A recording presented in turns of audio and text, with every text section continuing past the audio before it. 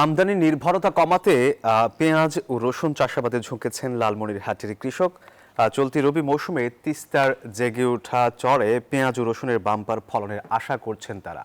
দর্শকের বিস্তারিত দেখব রিপোর্টে।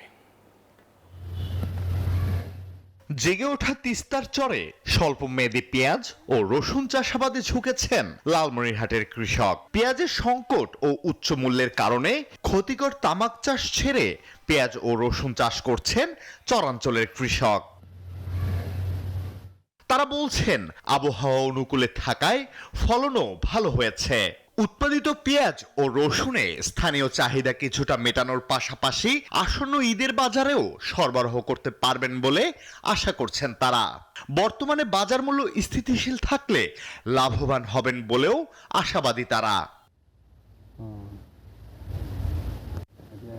পেঁয়াজ ও রসুনের পাশাপাশি অন্যান্য মশলা জাতীয় ফসলও চাষ করেছেন এই অঞ্চলের কৃষক। ওই পেঁয়াজ এবং রসুন লাগাইছি, এখানে সুবিধা আছে। এর মাঝে আবার ধনিয়া পাতা ইতিমধ্যে আমার বিক্রি করা শুরু করে দিয়েছি।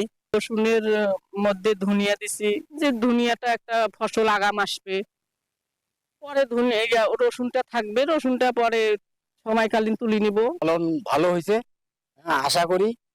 মানে আমরাও আর কি ওই ভুট্টা চাষ না করি, হ্যাঁ এই পেঁয়াজে গাড়ার আশা করছি। আমি প্রত্যেক বছরই আবাদ করি, কিন্তু আমি 1 কেজি সারও পাইলাম না, 1 কেজি বিচিও পাইলাম না। কৃষি কর্মকর্তারা জানান, প্রণোদনার আওতায় কৃষকদের বিনামূল্যে পেঁয়াজের বীজ দেওয়ার পাশাপাশি মশলার উন্নত জাত ও প্রযুক্তিগত সহায়তা দেওয়া হচ্ছে। আমাদের একটি প্রকল্প আছে, মশলার উন্নত জাত ও প্রযুক্তি সম্প্রসারণ প্রকল্প। আমরা কৃষি বিভাগ থেকে এই প্রকল্পের আওতায় বিভিন্ন রকমের প্রদর্শনী সহায়তা দিচ্ছি কৃষককে। এর পাশাপাশি প্রণোদনা কর্মসূচির মাধ্যমে আমরা 2025-26 অর্থ বছরে 40 জন কৃষককে পেঁয়াজের বীজ সহায়তা আমরা দিয়েছি। চলতি রবি মৌসুমে তিস্তা তীরবর্তী এলাকায় প্রায় 3000 হেক্টর জমিতে মশলা জাতীয় ফসল চাষের লক্ষ্যমাত্রা নির্ধারণ করা হয়েছে।